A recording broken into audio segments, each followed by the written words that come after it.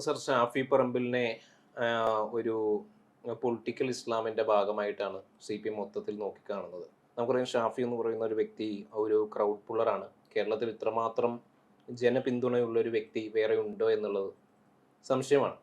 പക്ഷെ ആ ഒരു വ്യക്തിയെ ഒരു മതത്തിൻ്റെ ഭാഗമായി ചാപ്പകുത്താൻ CPM ശ്രമിക്കുന്നത് തെറ്റല്ലേ യഥാർത്ഥത്തിൽ? ഇതിൻ്റെ പ്രശ്നം എവിടെയെന്ന് വെച്ചിട്ടുണ്ടെങ്കിൽ ഒറ്റ നോട്ടത്തിൽ നോക്കുമ്പോൾ നമുക്കതൊരു വലിയ വിഷയമായിട്ട് തോന്നും. ഷാഫി എനിക്ക് ഇഷ്ടപ്പെട്ട ഒരാളാണ്. അദ്ദേഹം വലിയൊരു ക്രൗഡ് പുള്ളറാണ്. എവിടെ വന്നിട്ടുണ്ടെങ്കിലും തന്നെ ജനത്തെ ആകർഷിക്കാൻ കഴിയാറുണ്ട്. പക്ഷേ ഇപ്പം ഞാൻ ഇന്ന് നമ്മൾ ഈ ടോപ്പിക് എടുക്കണമെന്ന് വിചാരിച്ച് ഞാൻ ശരിക്കും പറഞ്ഞാൽ ജേക്കബ് സാറുമായിട്ട് ഇപ്പോൾ ഒരു അരമണിക്കൂർ രാവിലെ ഒന്ന് സംസാരിച്ചു. ജേക്കബ് എന്ന് പറഞ്ഞാൽ നിങ്ങൾ അറിയേണ്ടത് ഡെക്കാൻ ക്രോണിക്കിളിലൊക്കെ വർക്ക് ചെയ്യുന്ന KJ ജേക്കബ് എന്ന് പറയുന്ന ഒരു പ്രോ ലെഫ്റ്റ് ഇടതുപക്ഷ നിലപാടെടുക്കുന്ന ഒരാളാണ്. അപ്പോൾ അദ്ദേഹം ഇതിനു മുമ്പ് ഒരു പ്രസ്താവന നടത്തിയിട്ടുണ്ടായിരുന്നു. അതറിയാൻ വേണ്ടിയിട്ടാണ് ഞാൻ അദ്ദേഹത്തെ വിളിച്ചത് സംസാരിച്ചു നോക്കുന്നത്. അതപ്പോൾ അദ്ദേഹം പ്രസ്താവന നടത്തിയത് അദ്ദേഹം പറയുന്നത് കേരളത്തിൽ വളരെ അപകടകരമായിട്ടുള്ള ഒരു പൊളിറ്റിക്സ് ഹാൻഡിൽ ചെയ്യുന്ന ഒരാളാണ് ഷാഫി പറമ്പിൽ എന്നുള്ളതാണ് പറഞ്ഞത്. ആ ഇതിൻ്റെ നരേറ്റീവ് തന്നെയാണ് യഥാർത്ഥത്തിൽ ഈ കഴിഞ്ഞ ദിവസം ആൻഡോ അഗസ്റ്റിനും പറഞ്ഞു വെച്ചേക്കുന്നത്. അതിൻ്റെ പ്രധാനപ്പെട്ട വിഷയം എന്താണെന്ന് വെച്ചാൽ നമ്മൾ പലപ്പോഴും എടുത്തു നോക്കിയിട്ടുണ്ടെങ്കിൽ കാണാം. അതായത് ഷാഫി പറമ്പിൽ ചെല്ലുന്ന കേരളത്തിൽ എവിടെ ചെല്ലുന്നുവോ അവിടെ ഒരു ക്രൗഡ് ഉണ്ടാവാറുണ്ട് എന്നുള്ളത് ഒരു യാഥാർത്ഥ്യമാണ്. ഈ വലിയ ക്രൗഡാണ്. ഈ വലിയ ക്രൗഡ് എങ്ങനെ ഉണ്ടാകുന്നു എന്നുള്ളതിനെ കുറിച്ചിട്ടാണ് അദ്ദേഹത്തിന്റെയും അതുപോലെ തന്നെ ആൻഡോ അഗസ്റ്റിനും അതുപോലെ യഥാർത്ഥത്തിൽ CPM അത് പബ്ലിക്കിനെ അങ്ങനെ പറഞ്ഞിട്ടില്ല. ഒരു പ്രത്യേക ക്രൗഡാണോ?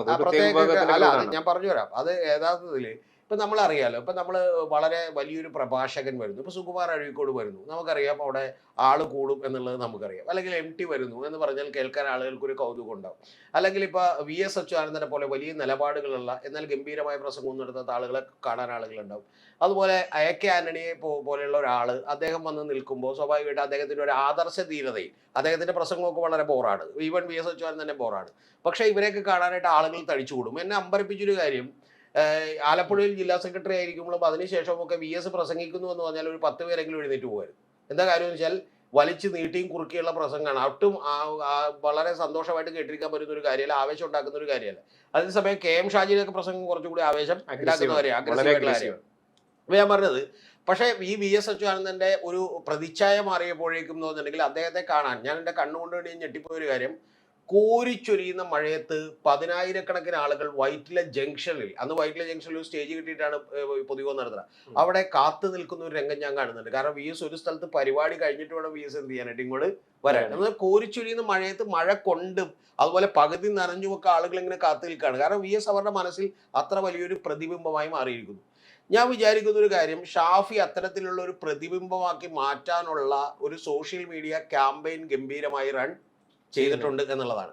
പക്ഷെ ഇത് എൻ്റെ ആരോപണമല്ല. ഇപ്പൊ ജേക്കബ് സാർ അടക്കം അല്ലെങ്കിൽ മറ്റു ചില ആളുകളടക്കം അവർ പറയുന്ന ഒരു കാര്യം, പ്രത്യക്ഷമായിട്ട് ഷാഫി ഒരിക്കൽ പോലും ഒരു മുസ്ലിം വാക്ക് ഉപയോഗിച്ചിട്ടില്ല, ഒരു മുസ്ലിം സമുദായത്തെ ഉപയോഗിക്കുന്ന ഒരു പ്രചരണവും നടത്തിയിട്ടില്ല. അത് വസ്തുതാപരമാണ് കേട്ടോ. നമ്മൾ ഒരിക്കലും ഷാഫിയുടെ ഭാഗത്ത് നിന്ന് അത്തരത്തിൽ ഒരു കാര്യവും ഉണ്ടായിട്ടില്ല. അതുകൊണ്ട് അത് നമുക്ക് തെളിയിക്കാൻ പറ്റുന്ന ഒരു കാര്യമല്ല. പക്ഷേ അല്ല, തികഞ്ഞ മതേതരവാദിയാണൊക്കെ സെക്കൻഡറിയാണ്, നമുക്കറിയില്ല, അത് അവിടെ നിൽക്കട്ടെ. പക്ഷെ ഈ പ്രശ്നം, ഈ ഇത്തരത്തിലുള്ള ഒരു ആരോപണം ഉന്നയിക്കുന്ന ആളുകളുടെ പിന്നിലുള്ള ഏറ്റവും പ്രധാനപ്പെട്ട കാര്യം, അവർ ചൂണ്ടിക്കാണിക്കുന്ന ഒരു കാര്യം എന്ന് പറയുന്നത്, ഷാഫി ചെല്ലുന്നിടത്തെല്ലാം എങ്ങനെ ആളുകൾ കൂടുന്നു എന്ന് ചോദിച്ചാൽ ഷാഫി നടത്തുന്ന ചില ഗ്രൗണ്ട് വർക്കുകളിലൂടെയാണ് എന്നുള്ളതാണ് അവർ പറയുന്നത്. അത് പ്രധാനമായിട്ടും ഒരു സമുദായത്തിൻ്റെയും അതുപോലെ അവരുടെ വിശ്വാസ പ്രമാണങ്ങളെയും ഒക്കെ അടിസ്ഥാനപ്പെടുത്തിയുള്ള അല്ലെങ്കിൽ അത്തരത്തിലുള്ള ലോക്കലായിട്ടുള്ള കാര്യങ്ങൾ ഉപയോഗപ്പെടുത്തിയിട്ടുള്ള ഒരു ഗ്രൗണ്ട് ലെവൽ വർക്കാണ്.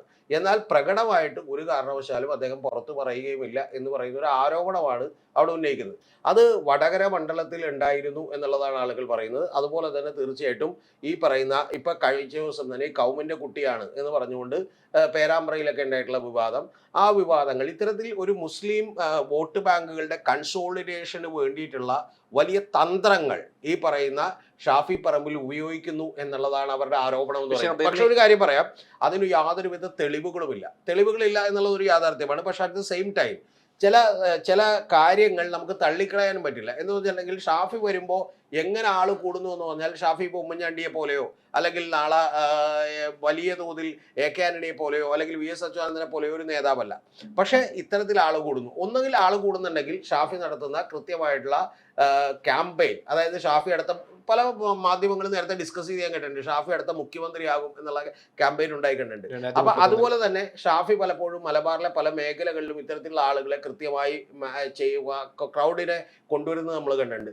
ആ ക്രൗഡിൽ എങ്ങനെയുള്ള ആളുകളാണ്, എന്താണ് എന്നുള്ളതൊക്കെ സംശയകരമാണ് എന്നുള്ളതാണ് ഇവരൊക്കെ ഉന്നയിക്കുന്ന വാദം. അതിന്റെ ഭാഗമായിട്ട് തന്നെയാണ് യഥാർത്ഥത്തിൽ അത്തരത്തിലുള്ള നരേറ്റീവ്സ് പലപ്പോഴും വായിച്ചിട്ടുള്ളതും കേട്ടിട്ടുള്ളതും കൊണ്ടാണ് കഴിഞ്ഞ ദിവസങ്ങളിൽ ആൻഡ് ഓഗസ്റ്റിൻ പറഞ്ഞേക്കുള്ള ഒരു കാര്യം എന്ന് പറയുന്നത് ഇത്തരത്തിലുള്ള ഒരു പൊളിറ്റിക്സ് ആണ് ഷാഫി പറമ്പിൽ കൈകാര്യം പക്ഷെ ഒരു തെളിവുമില്ലാതെ നമ്മൾ ഒരു തികഞ്ഞ മതേതരവാദിയായിട്ടുള്ള ഒരു വ്യക്തിയെക്കുറിച്ച് ഇങ്ങനെ ഒരു ആരോപണം ഉന്നയിക്കുന്നത് അത് കേരളത്തിന്റെ മതേതര ഫാബ്രിക്കിന് ഒരു വെല്ലുവിളിയല്ലേ? അല്ല, നമ്മൾ അറിയേണ്ട ഒരു കാര്യം, ഒരു പ്രധാനപ്പെട്ട വിഷയം എന്ന് പറയുന്നത് ഇത് അങ്ങനെ ഉണ്ടെങ്കിൽ, ഞാൻ പറയുന്നത് നമുക്കറിയില്ല ഇപ്പോഴും അങ്ങനെ ഉണ്ടെന്ന്, കാരണം പ്രകടമായ തെളിവുകളൊന്നുമില്ല. പക്ഷെ പ്രധാനപ്പെട്ട ഒരു കാര്യം, നമുക്കത് ഒറ്റയടിക്ക് അങ്ങോട്ട് വെറുതെ തള്ളിക്കളയാൻ പറ്റാത്തതിൻ്റെ ഒരു കാര്യം എന്ന് പറയുന്നത്, ഇപ്പോൾ വടകരയിൽ നമ്മൾ കണ്ടിട്ടുള്ള ചില പ്രവണതകൾ എങ്ങനെയാണ് അവരെ കൃത്യമായിട്ട് ഇത്തരത്തിലേക്ക് ഒരു കൺസോൾട്ടേഷൻ ഉണ്ടാക്കാൻ പറ്റുന്നത് എന്ന് പറയുന്ന ഒരു കാര്യം.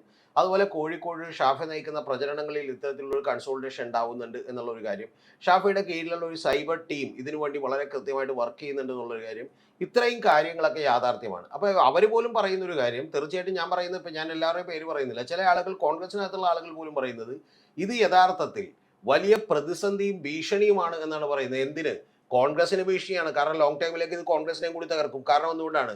നിങ്ങൾക്ക് അല്ലെങ്കിൽ തന്നെ ഒരു പ്രോ മുസ്ലിം നിലപാടുകൾ ഉണ്ട് എന്ന് പറഞ്ഞുകൊണ്ടിരിക്കുന്ന BJPക്ക് ഇത്തരത്തിലുള്ള ഒരു കാര്യം, അവർ ഒന്നിക്കുമെന്ന് പറയാനുള്ള ഒരു സാഹചര്യം എന്ത് ചെയ്യും? ഒരുക്കും.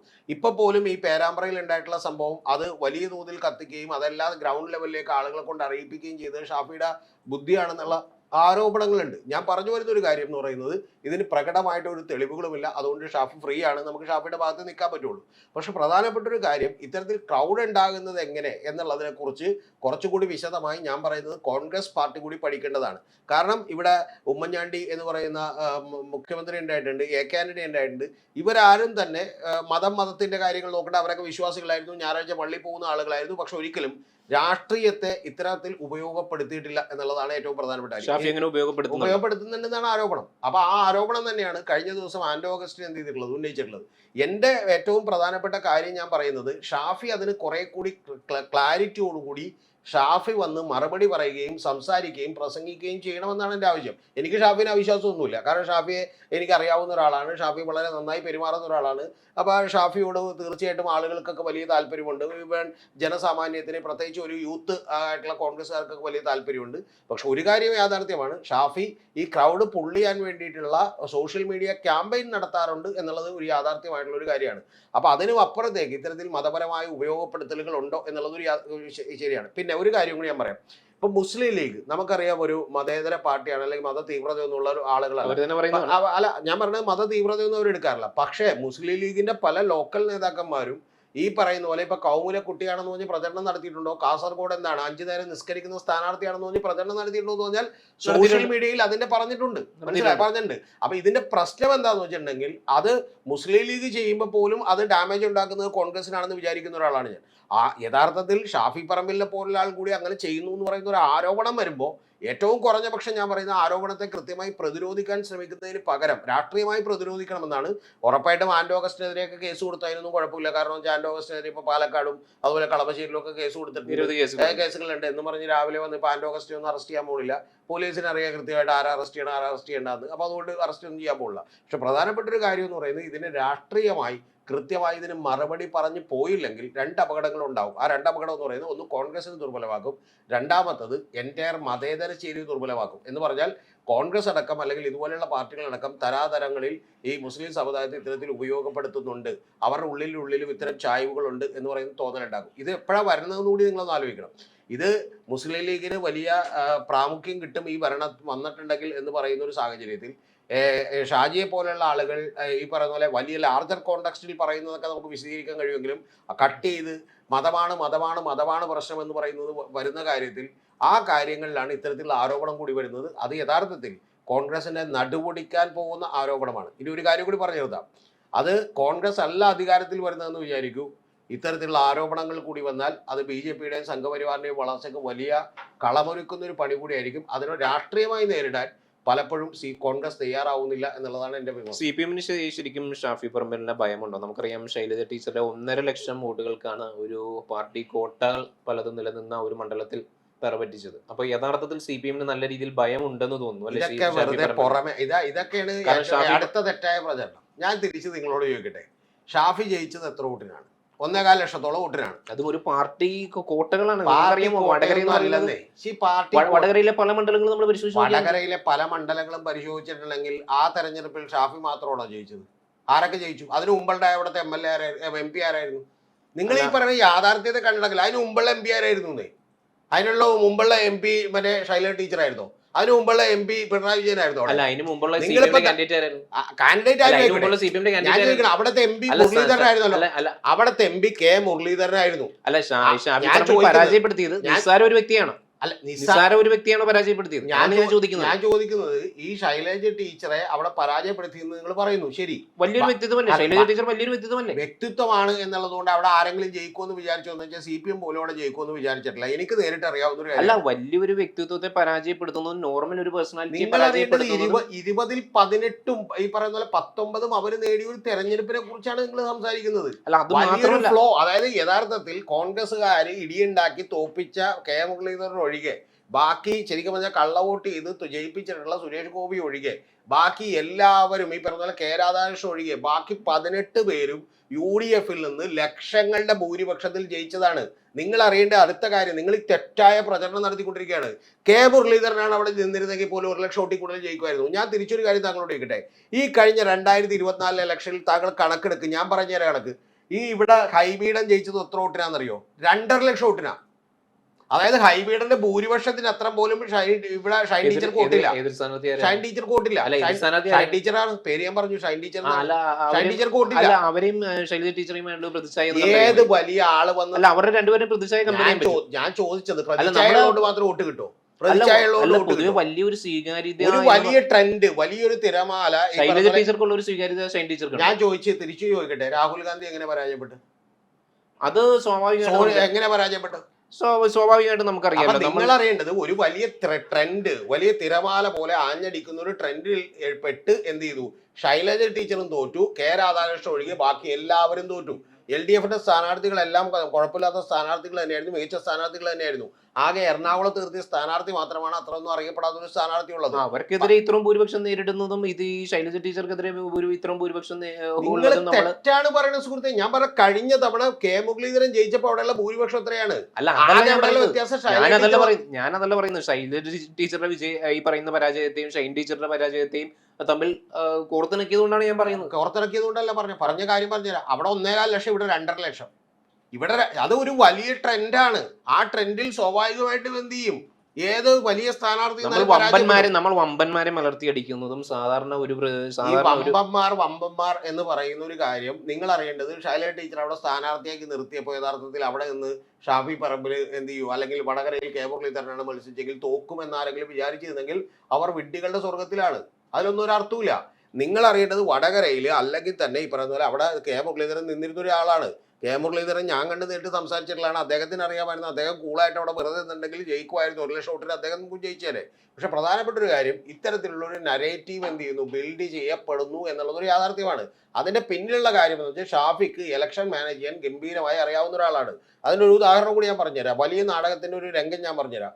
ഷാഫി പാലക്കാട് നിന്ന് വടകരക്ക് മത്സരിക്കാൻ പോകുന്നു. നോക്കുമ്പോൾ ഷാഫി എന്ത് ചെയ്യുന്നു, ആളുകൾ സ്ത്രീകളൊക്കെ ഷാഫിയെ കെട്ടിപ്പിടിച്ച് കരയുന്നു. അയ്യോ പോകല്ലേ എന്ന് പറയുന്നു. സത്യം പറഞ്ഞിട്ടുണ്ടെങ്കിൽ 10-25-30 കൊല്ലം മുമ്പ് ശബരിമലക്ക് പോണ ആളുകളെ കെട്ടിപ്പിടിച്ച് കരയുമായിരുന്നു. കാരണം വല്ല പൊലി പിടിച്ച് തിരിച്ചു വന്നില്ലെങ്കിൽ എന്ന് വെച്ചിട്ട്, അല്ലെങ്കിൽ കടലിലേക്കൊക്കെ പോണ ആളുകളെ കരയുമായിരുന്നു. ഇതുപോലെ ഷാഫി വടകര വരെ പോകണേ, അവിടുന്ന് എപ്പോഴെങ്കിലും പാലക്കാടേക്ക് തിരിച്ചു വരാം, പക്ഷെ കരയുന്നു. ഇനി അടുത്ത കാര്യം എന്താ, ഒരു വലിയ ഗംഭീരമായിട്ടുള്ള ലോഞ്ച് എന്ത് ചെയ്യുന്നു, ഈ പറയുന്ന പോലെ വടകരയിൽ സംഭവിക്കുന്നു. എന്ന് പറഞ്ഞാൽ ഷാഫി എന്ന് പറയുന്ന ഒരു വലിയ ആളാണെന്ന് പറയുന്ന ഒരു കാര്യം ഉണ്ടാകും. തീർച്ചയായിട്ടും മാത്രമാണ്. അല്ലാതെ ഞാൻ അദ്ദേഹത്തിന്റെ ജനകീയതയായിട്ടാണ് കാണുന്നത്. കേട്ടില്ല. ഞാൻ അദ്ദേഹത്തിന്റെ ജനകീയതയായിട്ട് തന്നെയാണ് കാണുന്നത്. PR വർക്ക് കൊണ്ട് മാത്രം ഒന്നും നമുക്ക് ഞാൻ തിരിച്ചൊരു കാര്യം താങ്കളോട് അങ്ങനെയാണ് ചോദിക്കുന്നു. ജനകീയത എന്ന് പറഞ്ഞാൽ അദ്ദേഹം എടുക്കുന്ന നിലപാടുകൾ കൊണ്ട് നമുക്ക് ഒരാളെ ഇഷ്ടപ്പെടാം. നമുക്ക് എന്തെങ്കിലും അദ്ദേഹം പലസ്തീൻ വിഷയത്തിൽ എന്തെങ്കിലും കൃത്യമായിട്ടുള്ള അഭിപ്രായം പറഞ്ഞിട്ടുണ്ടോ? ഒരു കാര്യം പറഞ്ഞിട്ടില്ല. അങ്ങനെ നിലപാട് പറഞ്ഞിട്ടുണ്ടെന്നുണ്ടെങ്കിൽ അത് ഈ പറയുന്ന BJP സഹായമാകും, അത് ഈ പറയുന്ന ഒരു പോളറൈസേഷൻ സഹായമാകും. പ്രത്യേകിച്ച് അദ്ദേഹത്തിന്റെ അതുകൊണ്ട് ഒന്നിലും നിലപാട് പറയണ്ട. അല്ല, അദ്ദേഹം അങ്ങനെ നിലപാടുകൾ നിങ്ങൾ അറിയേണ്ടത് ഈ പറയുന്ന പോലെ. ഞാൻ ചോദിക്കുന്ന ഒരു ചോദ്യമുണ്ട്. ഇദ്ദേഹത്തിന്റെ അതേ റേഞ്ചുള്ള ഒരു നേതാവിന് CPM-ലോ BJP-ലോ കാണിച്ചു തരാൻ കഴിയും? CPM-ലോ CPM ബി ജെ പി ഞാൻ 10 വരെ കാണിച്ചു CPM-ൽ. ഞാൻ 10 വരെ കാണിച്ചു ഇദ്ദേഹത്തിന്റെ പോലെ തന്നെ എം സ്വരാജ് എന്ന് പറയുന്ന ഒരാള് കേരളത്തിൽ ഞാൻ പറയാം അല്ലാതെ എത്ര പ്രാവശ്യം പരാജയപ്പെട്ടു കേട്ടില്ല. എത്ര പ്രാവശ്യം ഇലക്ഷനിൽ പരാജയപ്പെട്ടു? ഇലക്ഷനിൽ പരാജയപ്പെടുന്നതും ഇദ്ദേഹം ഒറ്റ പ്രാവശ്യം പോലും ഇലക്ഷനിൽ പരാജയപ്പെടുന്നതും ജയവും ഒക്കെയാണ് ഒരാളുടെ ഈ പറയുന്ന പോലെ വലിയ ലീഡർഷിപ്പ് ക്വാളിറ്റി സ്വന്തം ബൂത്തിൽ പോലും അദ്ദേഹമൊക്കെ പിന്നിലായിരുന്നു. അങ്ങനെയുള്ള ഒരു വ്യക്തിയെ ഷാഫിയുമായിട്ട് കമ്പയർ ചെയ്യാൻ പറ്റാത്ത ഒറ്റ കാര്യത്തിലുള്ളൂ, ഷാഫി ഗംഭീരമായി ഇലക്ഷൻ മാനേജ് ചെയ്യാൻ അറിയാവുന്ന ഒരാൾ മാത്രമാണ്. മനസ്സിലായോ? അത് അനൂപ് മേനോൻ പണ്ട് സിനിമയിൽ എടുക്കാൻ പറഞ്ഞ പോലെ അനൂപ് മേനോൻ പരീക്ഷയിൽ ഫസ്റ്റ് റാങ്ക് ആണ്. അനൂപ് മേനോൻ പറഞ്ഞിട്ടുള്ള കാര്യമുണ്ട്, എന്നേക്കാൾ നന്നായി പഠിക്കുന്ന ആളുകളുണ്ട്. പക്ഷെ പ്രധാനപ്പെട്ട ഒറ്റ കാര്യമുള്ളൂ, എനിക്ക് I know how to write exam, എങ്ങനെ എക്സാം കൃത്യമായിട്ട് ഭംഗിയായിട്ട് എഴുതാമെന്ന് എനിക്കറിയാം. അതേപോലെ തന്നെ പരീക്ഷ, അതായത് ഇലക്ഷൻ എങ്ങനെ ഗംഭീരമായിട്ട് മാനേജ് ചെയ്യാമെന്ന് അറിയുന്ന, PR വർക്കുകൾ അറിയുന്ന, അതിനുവേണ്ടി ഫണ്ട് സ്വരൂപിക്കാൻ അറിയുന്ന, അതിനുവേണ്ടി ഒരു ടീമിനെ വളരെ കൃത്യമായി തീറ്റിപ്പോറ്റുന്ന ഒരാൾ മാത്രമാണ് യഥാർത്ഥത്തിൽ ഈ പറയുന്ന പോലെ ഷാഫി എന്ന് പറയുന്നത്. അല്ലാതെ ഷാഫി ഒരു നിലപാടുകൾ എടുത്തുകൊണ്ട് കൃത്യമായിട്ട് നിന്നൊരാളല്ല. എനിക്ക് ഷാഫിയോട് വിരോധമൊന്നുമില്ല. പക്ഷേ കോൺഗ്രസിൻ്റെ ഒരു സാധാരണ നേതാക്കളിൽ ഒരാളാണ് ഷാഫി. പക്ഷേ ഷാഫി വലിയ തോതിൽ സ്വീകരിക്കപ്പെടുന്നതിൻ്റെ കാരണം എന്ന് പറയുന്നത് ഷാഫി ഈ പറയുന്ന പോലെ കൃത്യമായി ഗംഭീരമായിട്ട് PR വർക്ക് നടന്നുകൊണ്ടാണ്. ഈ PR വർക്കിനെ കുറിച്ച് ഒരു കാര്യം കൂടി പറയാം. ഈ PR വർക്കിൽ കേരളത്തിലെ ആളുകളൊക്കെ വീണ് പോകുന്നുണ്ട്. ഇപ്പോൾ കേരളത്തിൽ ഏറ്റവും കൂടുതൽ ആളുകൾ കാണുന്ന ഒരു യൂട്യൂബ് ചാനൽ കഴിഞ്ഞ ദിവസം ഇന്ന് വീഡിയോ ചെയ്തിട്ടുണ്ട്.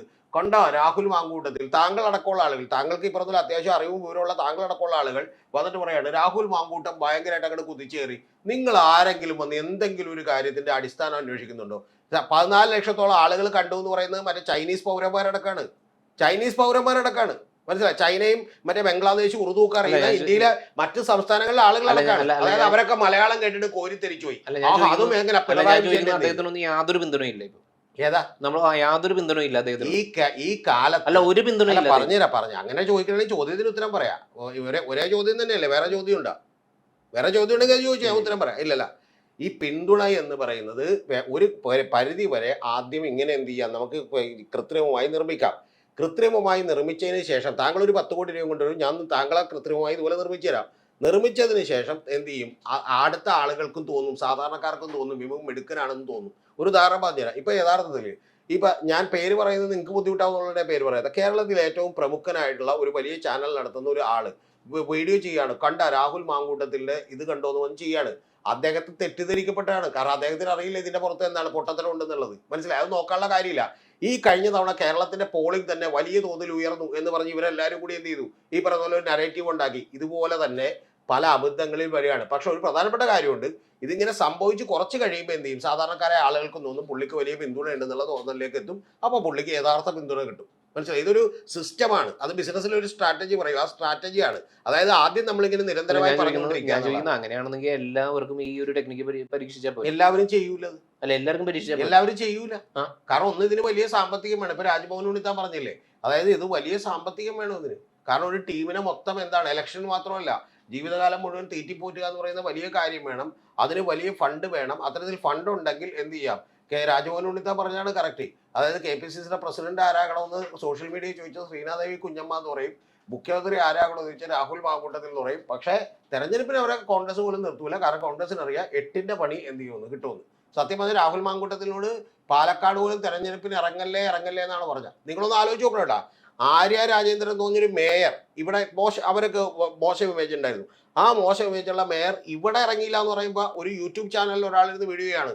ഇവിടെ ഇറങ്ങിയിട്ടില്ലെന്ന് മാത്രമല്ല, അത് പറഞ്ഞ ഭർത്താവിന്റെ സച്ചിൻ ദേവ് മത്സരിക്കുന്ന മണ്ഡലത്തിൽ പോലും ഭർത്താവ് പോലും അവരെ വിളിക്കുന്നില്ലെന്ന്, ഏത് പ്രചരണത്തിന് വേണ്ടി വിളിക്കുന്നില്ലെന്ന് പറഞ്ഞോട്ടെ. ഈ രാഹുൽ മാങ്കൂട്ടത്തിൽ വിളിച്ചോ നിങ്ങൾ രാഹുൽ നിങ്ങളുടെ നേരത്തെ ഉണ്ടായ MLA ആണ്, വിളിച്ചോ? ഞാൻ ചോദിക്കുന്നത് കോൺഗ്രസ്സുകാരോട് എൻ്റെ ചോദ്യം, രാഹുൽ മാങ്കൂട്ടത്തിൽ വിളിച്ചോ? നിങ്ങൾ ഈ പറഞ്ഞ പോലെ എൽദോസ് കുന്നപ്പള്ളിയെ വിളിച്ചോ? ഇനി ഒരാളെ കുറിച്ച് ഒരു രാഷ്ട്രീയമായ വിമർശനം ഉന്നയിക്കാം. ഞാൻ പറയണം, ഇപ്പൊ താങ്കളുടെ ഭാര്യയാണ് ഒരാളെന്ന് X എന്ന് വിചാരിക്കും. ഈ Xനെ താങ്കൾ വിളിച്ചില്ലെന്ന് ഞാൻ എങ്ങനെയാണ് രാഷ്ട്രീയമായിട്ടൊരു വിമർശനം ഉന്നയിക്കണം? ഞാൻ ഇപ്പൊ താങ്കളുടെ ഭാര്യയെ വിളിച്ചിട്ടില്ലെന്ന് ഞാൻ എങ്ങനെയാണ് രാഷ്ട്രീയമായിട്ടൊരു വിമർശനം ഉന്നയിക്കണം? അത്തരത്തിൽ അന്ധത ബാധിച്ച കുറെ ആളുകൾ, അവർക്ക് കുറേ ഉടായിപ്പാണെന്ന്, പക്ഷെ അവർ ഇതിനു വേണ്ടി പണിയെടുക്കുന്നു. രതീഷ് ചക്രവാണി ഈ പണിയെടുക്കാൻ തുടങ്ങിയിട്ടില്ല. തുറന്നൊരു കാര്യം കൂടി പറയാം, നാളെ ആരെങ്കിലും കാശ് എന്നാൽ ചിലപ്പോൾ പണിയെടുക്കാൻ തുടങ്ങില്ലെന്ന് എനിക്ക് ഉറപ്പ് പറയാൻ പറ്റില്ല. അത്ര വലിയ ആദർശ ധീരത ഞാൻ കാത്തു സൂക്ഷിക്കുമെന്ന് എനിക്ക് ഉറപ്പ് പറയാൻ പറ്റില്ല. പക്ഷെ പ്രധാനപ്പെട്ട ഒരു കാര്യം ഞാൻ ഉറപ്പിച്ചു പറയുന്നു, ഇതാണ് ഇതിന്റെ യാഥാർത്ഥ്യം എന്ന് പറയുന്നത്. ഇനി രാഹുൽ ഈ മാങ്കൂട്ടത്തിനെ കുറിച്ച് വലിയൊരു വാചകം കൂടി ഉണ്ടായിരുന്നു, അത് കേട്ടിട്ടുണ്ടോ? അത് കേട്ടിട്ട് എനിക്ക് ചിരി വന്നു ഞാൻ വായിച്ചിട്ട്. എന്താണെന്ന് വെച്ചിട്ടുണ്ടെങ്കിൽ രാഹുലിന് കിട്ടിയത്ര ലേക്ക് പിണറായിക്ക് കിട്ടുന്നില്ല.